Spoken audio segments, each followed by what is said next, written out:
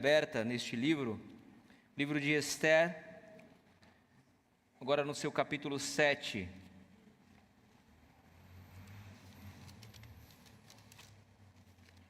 Esther, capítulo 7.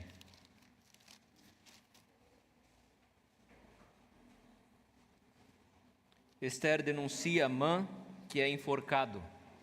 Diz assim a palavra do Senhor. Veio, pois, o rei com Amã para beber com a rainha Esther. No segundo dia, durante o banquete do vinho, disse o rei a Esther: qual é a tua petição, rainha Esther? E se te dará. Que desejas? Cumprir-se-á, ainda que seja metade do reino.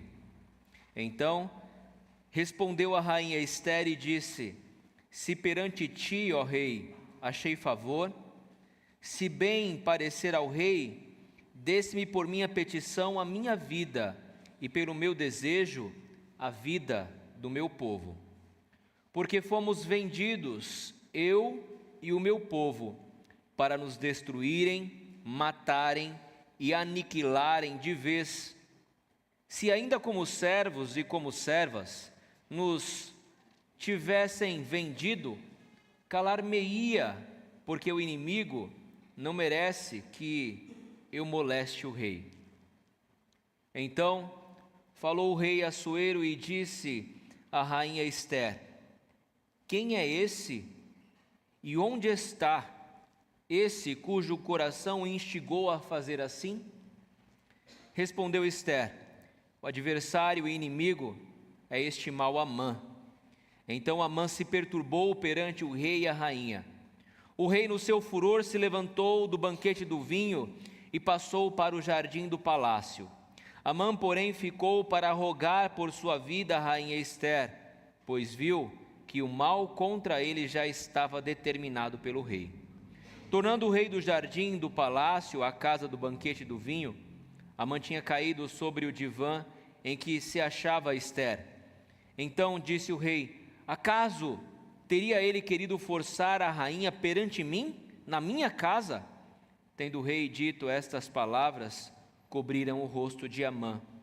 Então disse Harbona, um dos eunucos que serviam o rei: eis que existe junto à casa de Amã a forca de 50 côvados de altura que ele preparou para Mordecai, que falara em defesa do rei. Então disse o rei: enforcai-o nela.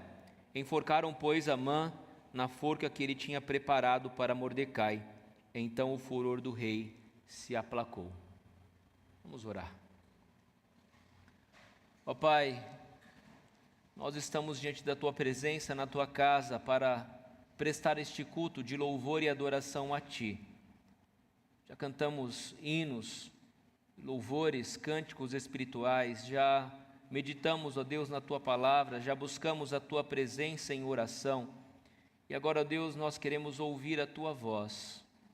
Ó Deus, nos dê sabedoria e discernimento do Teu Santo Espírito, ó Pai, para ouvir a Tua palavra, para sermos edificados pela Tua palavra. Por isso, ó Deus, que o Teu Santo Espírito nos ilumine para a exposição das Sagradas Escrituras e que esse mesmo Espírito abra os nossos corações e mentes para aquilo que aprendemos da Tua palavra, possamos guardar e colocar em prática em nossas vidas. É em nome de Cristo que nós oramos. Amém. Como você se identifica? Como você se identifica? Qual é a sua identidade? Sim, todos nós, alguns ainda bebê, tiramos a nossa identidade. Lá tem um número que nos é dado para a nossa identificação, o registro geral. Tem a sua digital, que Deus fez única e exclusivamente para você, e tem os nomes dos seus pais, com o qual você pode saber a sua origem, o seu parentesco, de onde você veio, de quem você veio. Mas não é esse tipo de identidade que eu estou perguntando. Eu quero saber como você se identifica nesse mundo. Como você se identifica nesse mundo? Do ponto de vista teológico, há apenas dois tipos de pessoa nesse mundo com os quais você pode se identificar. Ou você pertence a Deus, se identifica como um cristão porque você se identifica com Cristo, com a sua obra expiatória, e então você se identifica com o povo de Deus, ou você se identifica com o mundo, com as coisas pertinentes ao mundo e que pertencem ao mundo. Em resumo, ou você pertence a Cristo, ou você pertence ao mundo e ao diabo, que é o Deus deste mundo, segundo Paulo aos Coríntios, na sua segunda epístola, capítulo 4, versículo 4. Deixa-me fazer uma pergunta ainda mais profunda, para que você pense um pouquinho sobre isso. Porque, na verdade, a nossa identidade está além daquilo que afirmamos ser.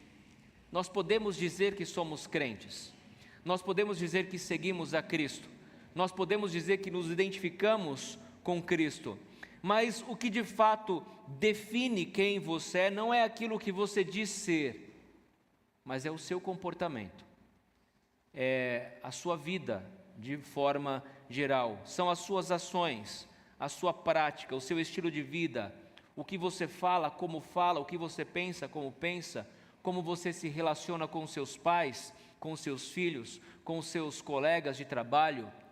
Isso define de fato quem você é e não aquilo que você diz ser. Sendo assim, reflita. As suas ações, o modo como você se comporta no mundo, o seu estilo de vida, sua prática, suas palavras, seu modo de agir e de falar com pais, amigos, filhos, demonstram alguém que pode ser identificado como um cristão? Ou está mais parecido com alguém que pode ser identificado como uma pessoa que vive no mundo? Uma pessoa que não te conhece profundamente, ou que te conhece apenas do trabalho, ou da escola, ou de algum convívio na semana, é capaz de identificar você como um cristão? Ele olha para você e vê algo diferente em você e diz: olha, ele é diferente, ele se parece com Cristo. Você pode dizer que tem pessoas assim que trabalham com você, que identificam você pelo seu comportamento como um cristão, como um servo de Deus? Esther, até aqui, até o capítulo 7, ela escondeu a sua identidade. Ela não revelou que ela era uma judia, que ela fazia parte do povo escolhido de Deus. E ela foi instruída pelo seu próprio pai de criação, Mordecai, na verdade o seu primo, que a criou como filha, para esconder de fato a sua identidade como judia. Mas ela já havia se estabelecido há alguns anos como rainha, ela já havia sido escolhida, preferida dentre as donzelas, como aquela que mais agradou o rei e se tornou agora a rainha do reino da Pérsia. Pensamos que talvez tenha sido difícil esconder que ela era judia. Afinal de contas, os judeus seguem inúmeras instruções que estão contidas na palavra de Deus, nas Escrituras Sagradas, pelos quais eles devem pautar a sua vida e o seu comportamento. Há algumas restrições alimentares, algumas festas que precisam ser observadas, algumas orações específicas que precisam ser dirigidas a Deus, mas em momento algum nós vemos Esther orando, ou a referência de Esther buscando a Deus aqui nesse livro. Diferente do livro de Daniel, diferente do próprio Daniel, que num contexto bem parecido, eles estavam lá na Babilônia, no exílio, assim como Esther, que não voltou com o povo para Jerusalém, para Israel, mas preferiu ficar ali no reino da Pérsia. Daniel, por sua vez, nós lemos que ele orava a Deus pelo menos 3 vezes ao dia. Ele fazia isso no seu quarto com a janela aberta, para que todos pudessem ver e identificar que ele estava orando, que ele de fato era judeu. Nós vemos Daniel, por exemplo, chegando no reino da Pérsia e recusando alimentar-se das finas iguarias do rei. Ele e seus amigos preferiram comer legumes, preferiram beber água para não se contaminarem com as finas iguarias do rei. Ele nunca escondeu a sua identidade desde o começo. Ele sempre deixou claro, e os seus amigos também, que ele era parte de um povo, o povo eleito, o povo escolhido por Deus, o povo de Israel. Mas Ester não. Ester escondeu que era de fato judia. E por que Daniel fez isso diferente de Ester? Porque Daniel preferiu honrar a Deus ao invés de honrar ao rei. Ele sabia quem era e a quem ele pertencia, e por isso ele se identificava como povo de Deus. Ester escondeu a sua identidade e talvez tenha camuflado por tanto tempo que tenha perdido esta identidade. Talvez ela nem observasse mais os preceitos de Israel, mas ainda assim ela fazia parte do povo de Israel. O que acontece no capítulo 7 é uma mudança, as coisas começam a mudar no reino da Pérsia. Isso começa a acontecer desde o capítulo 6, mas de maneira ainda mais clara no capítulo 7. E chegou a hora, chegou o momento em que Ester vai precisar se posicionar. Ester vai precisar se identificar. Lembram? O povo de Israel estava em perigo. Um decreto havia sido assinado pelo rei por influência de Amã para que todos os judeus espalhados pelo reino da Pérsia, pelo vasto império persa, fossem destruídos, mortos. Mulheres, homens, crianças, jovens e velhos, todos seriam destruídos por esse decreto real. Mordecai, que havia criado Ester, estava muito preocupado com isso, porque a rainha, mesmo sendo a rainha, ela também estava debaixo desse decreto, porque ela era judia e poderia ser morta como tantos outros, espalhado pelo império. Então chegou a hora de Ester manifestar a sua identidade, chegou a hora de Ester dizer que ela é parte do povo de Deus e clamar ao rei para que tenha misericórdia da sua vida e da vida do seu povo. Nos capítulos anteriores nós vimos o ódio de Amã, o ódio que Amã nutria pelo povo de Deus, em especial por Mordecai, porque Mordecai, diferente de todos do império, se recusava a curvar-se diante de Amã quando ele passava. E lembrem, foi o próprio rei Xerxes, ou Assuero, que havia dito que todos se curvassem diante de Amã, porque ele havia colocado Amã como o principal príncipe, sábio ou conselheiro dentro do seu império. E Amã estava lá diante da sua esposa e dos seus amigos, mostrando toda a sua glória, mostrando toda a sua riqueza e a sua alta posição, e como ele havia sido chamado para o banquete particular de Ester com o rei. Então ele decidiu fazer uma forca, porque ele não estava plenamente contente.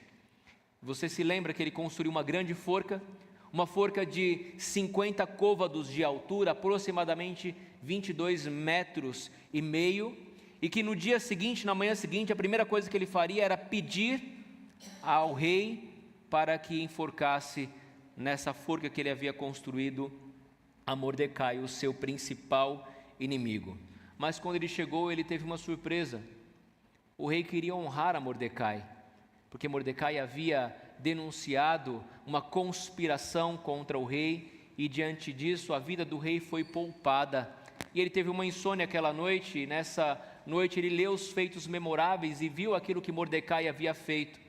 Só que ele queria honrar e não sabia como. Então chega neste momento, naquela manhã, Amã ao seu palácio, e ele pede um conselho: olha, o que eu faço para honrar este homem? O que eu devo fazer para honrar este homem? Amã pensou que era dele que o rei estava falando, e disse o que ele desejava no seu coração: dê a ele as vestes reais, a coroa real, coloque ele sobre o cavalo do rei, que o rei costuma andar, e passeie por ele pelas praças da cidade, proclamando: assim se faz com o homem a quem o rei deseja honrar. Amã teve uma excelente ideia, o rei disse: muito bem, então faça isso, não omitas absolutamente nada, faça isso a Mordecai. Consegue entender a humilhação de Amã?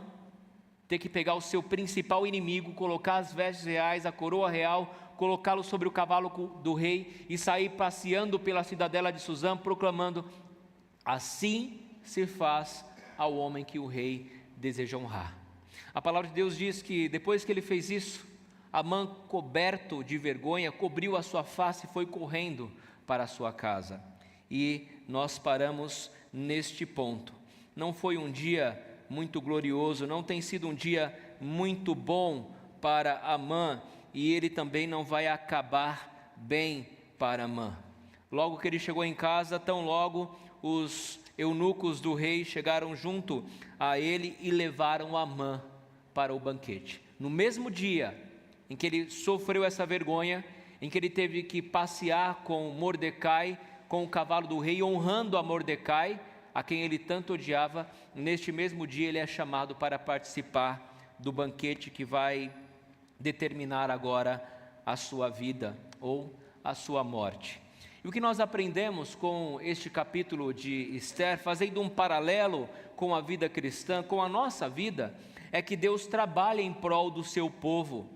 Ele faz isso enviando o seu Filho para te salvar. E agora você precisa responder a Deus.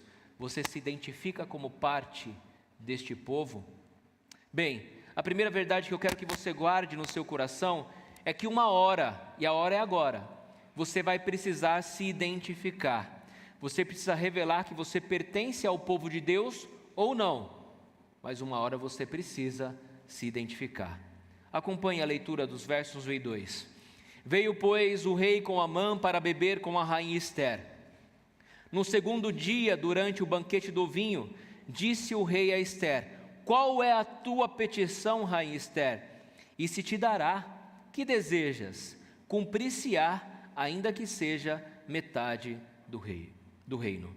Bem, o rei já havia sido convidado para o banquete no dia anterior, junto com Amã, mas Esther não havia revelado o que ela queria. Ela foi sábia, ela esperou o momento certo para revelar o desejo, e o rei por diversas vezes foi mostrando: olha, eu vou dar o que você precisar, se você pedir metade do reino, eu vou te dar. Ela foi ganhando a confiança do rei, e o rei estava curioso para saber qual era o desejo da rainha, o que ela queria e por que motivo ela estava chamando o rei e também Amã para aquele banquete. Então a rainha Esther vai revelar o seu pedido. Leiam comigo o versículo 3, acompanhe a leitura. Então respondeu a rainha Esther e disse: se perante ti, ó rei, achei favor, e se bem parecer ao rei, desse-me por minha petição a minha vida, e pelo meu desejo a vida do meu povo, porque fomos vendidos, eu e o meu povo, para nos destruírem, matarem e aniquilarem de vez.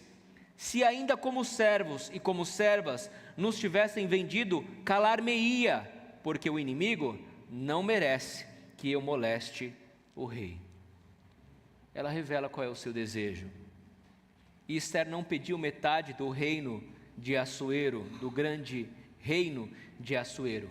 Ela não era tão ambiciosa assim, e cuidar de um vasto império dá muito trabalho. E de que adianta ter metade do reino se ela não teria vida para gozar e usufruir deste poder e desta glória?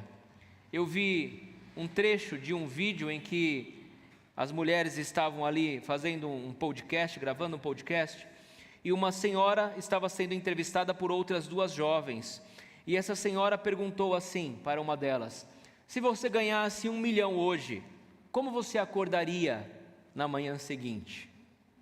Uma delas respondeu: eu acordaria muito feliz, já começaria a pensar em investimentos, fazer o dinheiro render. E ela perguntou para outra moça: e se eu te desse 10 milhões hoje, como você acordaria no dia seguinte? Ela respondeu: eu ia sumir, eu ia viajar e gastar o dinheiro e mudar toda a minha vida. Mas ela continuou, a senhora continuou: mas se eu dissesse assim, eu vou te dar esse dinheiro hoje, mas você não vai acordar amanhã. Elas pararam um pouco, pensaram e disseram: não, eu não quero esse dinheiro. Se for para ganhar todo esse dinheiro, mas não acordar no dia seguinte, eu não quero. Então a senhora continuou e disse a elas: então acordar de manhã é melhor do que ter 1 milhão ou 10 milhões na conta? Elas responderam: Sim, é melhor. Ela disse: e por que a gente acorda de mau humor? Por que a gente acorda reclamando da vida? Por que a gente acorda falando mal dos outros, reclamando do trabalho, do chefe, do excesso de estudos? Se a vida é tão importante, por que não amanhecer agradecendo a Deus simplesmente por estar vivo? De fato, Esther poderia ter pedido ao rei metade do seu reino, mas de que valeria a metade do reino se a sua vida e a vida do seu povo estava em perigo? Esther não queria metade do reino. O que ela queria era que o rei tomasse uma providência para libertar o seu povo da morte. E o pedido dela é: o meu pedido é pela minha vida e pela vida do meu povo, porque alguém tramou contra nós para nos matar, destruir e aniquilar de uma vez por todas. Aqui Esther não apenas faz a declaração do seu pedido, mas aqui Esther revela a sua identidade. Esther agora está se identificando com o povo de Deus. Ela está dizendo ao rei e também a Amã, que provavelmente não sabia, que ela pertencia ao povo de Deus, os judeus. Ela era judia, mas até então ela não havia revelado de fato quem ela era. Mas chegou a oportunidade, ela disse: eu peço pela minha vida e pela vida do meu povo. Eu pertenço aos judeus. Ela está dizendo que pertence aos judeus de maneira clara. E o texto segue, acompanhe o versículo 5. Então falou o rei Assuero e disse à rainha Esther: quem é esse? E onde está esse cujo coração o instigou a fazer assim? Talvez nesse momento ele não tenha entendido que era ela de fato uma judia ou pertencia ao povo de Deus. Mas agora vai ficar tudo muito claro para o rei. Respondeu Esther: o adversário inimigo é este mau Amã. Então Amã se perturbou perante o rei e a rainha. O rei queria saber quem havia feito isso contra a sua donzela preferida, contra a sua rainha, contra Esther, a sua amada. E foi muito sábia Esther ter chamado Amã para o banquete, porque o inimigo estava lá. E ela pôde apontar: esse que tramou isso contra nós foi este mau Amã. Um filme talvez tenha passado na cabeça do rei Assuero. Ele se lembrou daquele dia em que Amã foi até o rei e pediu para que ele desse a sua assinatura ou o seu aval para matar um povo. E sequer ele perguntou que povo era esse. O rei nem sabia que se tratava dos judeus. Ele apenas concordou. Afinal de contas, ele receberia 10.000 talentos de prata para o tesouro real. Ele deu o seu anel, que tinha o selo da confirmação do rei, e disse: faz o que quiser com este povo, esse povo está na sua mão. Não se importou quem era este povo, mas agora está claro. Provavelmente o rei deve ter lido a cópia desse decreto que se espalhou pelas 127 províncias. Ele sabia agora que a sua rainha, bela rainha, corria um grande risco, porque também era parte do povo judeu. E sabe qual é o problema aqui, meus irmãos? O problema é que o decreto persa não pode ser revogado. Aquilo que o rei havia decretado não podia voltar atrás. Estava feito e não podia retornar atrás. Ou seja, ele não podia simplesmente pegar aquele decreto que havia se espalhado e dizer: olha, esse decreto não está valendo mais. Esse era o grande problema, e é o grande problema tanto para os judeus quanto para o rei. Tudo ficou claro: sua esposa era judia e ele assinou um decreto que sentenciava a sua própria esposa à morte, influenciado por este mau Amã. Esther agora se revela, ela é parte do povo de Deus, o povo escolhido de Deus, o povo a quem Deus chamou quando Abraão estava em Ur para ser pai de numerosa nação, povo que foi escravizado no Egito, povo que foi libertado da escravidão, povo que adentrou e possuiu a terra prometida, povo que se espalhou pela Babilônia por causa dos seus pecados e também agora pelo reino da Pérsia, mas que ainda era povo de Deus. O comentarista David Strain diz que há um eco claro e forte do Evangelho de Jesus Cristo aqui. A verdade é que o Evangelho é muito mais doce, diz ele. Esther assegura apenas um livramento temporal da tirania injusta de um monarca terreno. Jesus assegura a salvação eterna do justo e santo julgamento do Deus Todo-Poderoso. Ele vai fazendo um paralelo entre Esther... Esse microfone, irmãos.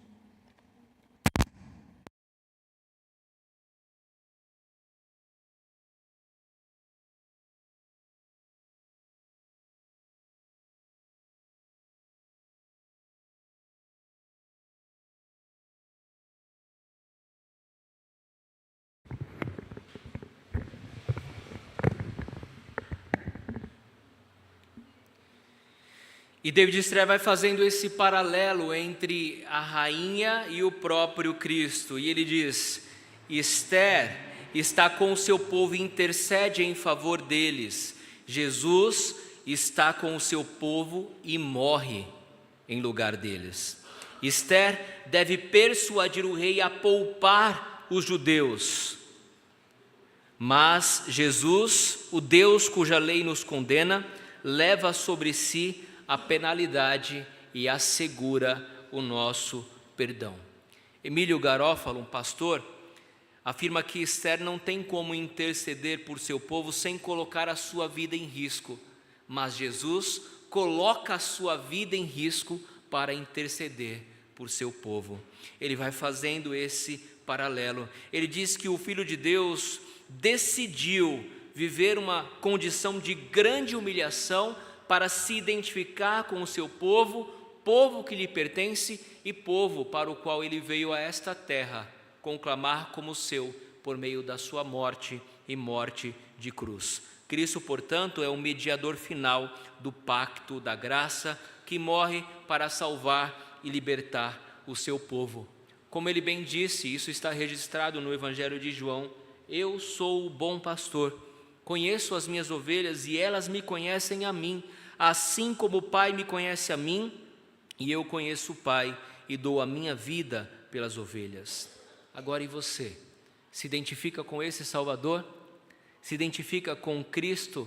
Se identifica como parte deste rebanho ao qual Ele entregou a sua vida? Deus disse: eu dou a minha vida pelas ovelhas. Você se identifica como ovelha deste rebanho cujo supremo pastor é Cristo? A segunda verdade, meus irmãos, que vamos aprender aqui é que Deus age em favor do seu povo para prover libertação por meio da expiação. Olha o versículo 7. O rei, no seu furor, se levantou do banquete do vinho e passou para o jardim do palácio. Amã, porém, ficou para rogar por sua vida a rainha Esther, pois viu que o mal contra ele já estava determinado pelo rei. O rei precisava de um tempo para respirar e pensar em tudo o que estava acontecendo. Amã o fizera assinar um decreto que colocava sua própria esposa em risco, em perigo. E ele havia prometido várias vezes publicamente dar até metade do reino. Entretanto, ele não podia voltar atrás do seu decreto. Ele precisava pensar em alguma coisa. O que eu vou fazer agora? Como eu posso ajudar a minha esposa e o seu povo? Amã, por sua vez, quando viu isso, ele se perturbou. Ele ficou desesperado, e Esther estava sentada no divã, na sua poltrona real, e Amã, depois que o rei sai para o jardim para pensar, vai até a rainha Esther e se prostra diante dela e começa a rogar, a clamar pela sua vida. Nenhum homem poderia se aproximar da rainha sem autorização prévia, a não ser os eunucos que estavam determinados para isso, mas ele não tinha muito o que fazer, a não ser clamar pela sua vida. Agora acompanhe o desfecho. Tornando o rei do jardim do palácio à casa do banquete do vinho, Amã tinha caído sobre o divã em que se achava a rainha Esther. Então disse o rei, quando viu aquilo: acaso teria querido forçar a rainha perante mim na minha casa? Tendo o rei dito essas palavras, cobriram o rosto de Amã. Então disse Harbona, um dos eunucos que serviam o rei: eis que existe junto à casa de Amã, olha que destino, a forca de 50 côvados de altura que ele preparou para Mordecai, que falara em defesa do rei. Então disse o rei: enforcai-o nela. Enforcaram, pois, Amã na forca que ele tinha preparado para Mordecai. Então o furor do rei se aplacou. Bem, quando o rei retorna do jardim, ele encontra Mordecai caído sobre a rainha.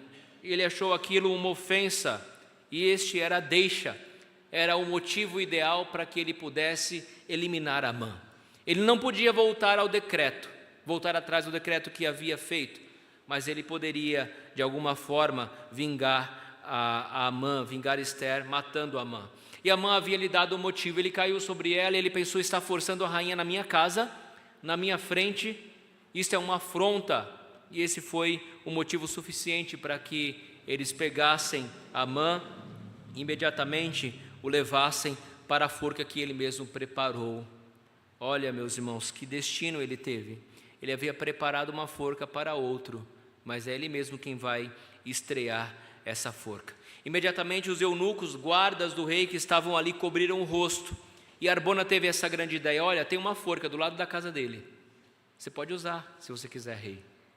E o rei achou isso fantástico. Pega essa forca, pega este homem e enforcai nela, a forca de 22 metros de altura. Percebam que a altura da forca sempre é falada, sempre é registrado, para que isso fosse uma ação pública, para que todos que passassem por ali pudessem ver, né, o destino que teve este homem. Então enforcaram Amã na forca que ele havia preparado para Mordecai. Que ironia! Ele tinha planejado tudo, já estava tudo na sua mente, o mal já estava planejado na sua mente, mas naquela noite, bem naquela noite, o rei perdeu o sono e a história começou a mudar. E no lugar de Mordecai foi Amã quem foi enforcado ali. Meus irmãos, o que nós aprendemos aqui é que por mais que tentem, por mais que as pessoas tentem fazer o mal contra você, se você pertence ao povo de Deus, por mais que haja motins, intrigas, maledicência, elas não podem executar o mal contra a sua vida, porque é Deus quem cuida dos seus, é Deus quem cuida dos seus filhos. Percebam, é o tempo todo Amã planejando o mal contra Mordecai. Ele não estava de modo algum satisfeito, tinha tudo, mas nunca estava satisfeito porque queria ver Mordecai morto. Ele planejou a morte, intentou o mal, mas nenhum desses planos foi vitorioso, porque é Deus quem cuidava de Mordecai. E assim também é conosco. Por mais que intentem contra a nossa vida, é Cristo quem se coloca na defesa do seu povo. E nenhuma arma forjada poderá resistir contra os eleitos de Deus, porque é Deus quem nos sustenta, é Deus quem nos defende. As bênçãos de Deus, as bênçãos que Deus planejou para a sua vida vão se cumprir. Por mais que ainda tenha algumas pessoas que não queiram, ou que queiram fazer o mal a você, elas vão se cumprir. E Jó entendeu muito bem isso quando declarou: bem sei que tudo podes, e que nenhum dos seus planos podem ser frustrados. Meus irmãos, algo que é dito no texto e tem um grande paralelo que acontece também no Evangelho de Jesus Cristo. O texto diz que só depois que Amã foi morto, que a ira do rei foi aplacada. Da mesma forma que o rei ficou irado por causa do que Amã tinha feito, assim também o nosso Deus ficou irado contra nós, diante dos pecados que cometemos contra a sua santidade. Nós éramos inimigos de Deus, merecedores do castigo e da ira de Deus. E a sua ira precisava ser aplacada de alguma forma contra todo o pecado e impiedade que nós cometemos. Deus não poderia ter passado impune ou ter deixado passar impune os pecados que cometemos. É o que nós chamamos, na teologia, de propiciação.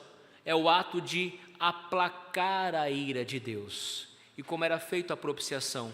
O sangue dos animais eram aspergidos sobre a mesa do propiciatório, a tampa do propiciatório, e assim a ira de Deus era aplacada. E nós sabemos que não foi o sangue de animais que aplacou a ira de Deus.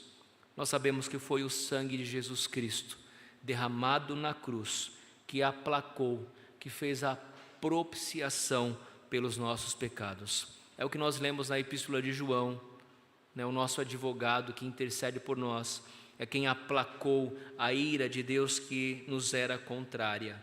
Ian Dugg, um comentarista, ele diz que temos um rei que, ao invés de ser consumido consigo mesmo em seus interesses, arriscou seu nome e reputação junto a um povo que ele vai para sempre chamar de seu, mesmo com grande custo pessoal em fazê-lo. Nós temos um rei que, longe de inventar acusações contra nós, tomou sobre si as acusações que nos eram contrárias e tomou sobre si os nossos pecados para que pudéssemos ser chamados filhos de Deus.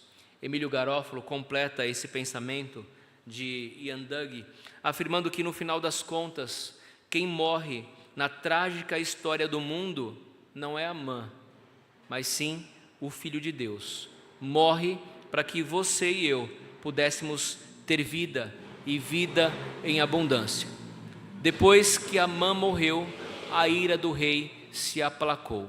Depois que o Filho de Deus, a ira do Rei dos Reis, Senhor dos Senhores, a ira de Deus se aplacou, porque a justiça foi cumprida não em nós, mas pela morte de Cristo. O arqui-inimigo do povo de Deus agora está morto, mas isso só resolveu parte do problema. O decreto ainda está de pé. A sentença de morte contra os judeus e contra a própria rainha Esther ainda está valendo, mas isso é tema para as próximas pregações. Agora chegou o momento em que você, tal como Esther, precisa revelar a sua identidade. Você precisa entender que os seus pecados ofenderam a Deus e que a ira de Deus está sobre você. E a não ser que você se identifique com Cristo, a não ser que você reconheça Cristo como Senhor e Salvador da sua vida, você vai ter que suportar a ira de Deus. Mas se você crer em Cristo como Senhor e Salvador da sua vida, a ira de Deus contra você se aplacará, porque ela já foi cumprida e satisfeita na pessoa e na vida e na obra de Jesus Cristo. E se você se identifica com Cristo, viva como um cristão, haja como um cristão, que as suas palavras, pensamentos e ações possam refletir de fato a glória de Cristo. Meus irmãos, entenda uma coisa: não dá para fingir quem você não é por muito tempo. Você pode até tentar, mas uma hora a sua identidade vai se revelar. Não dá para fingir ser uma pessoa que você não é por muito tempo. Você precisa se identificar com Cristo, reconhecer como Senhor e Salvador, se identificar com este povo de Cristo, para que você possa usufruir da vida eterna que Ele preparou para todos aqueles que creem no seu nome. Que Deus nos abençoe, que Ele aplique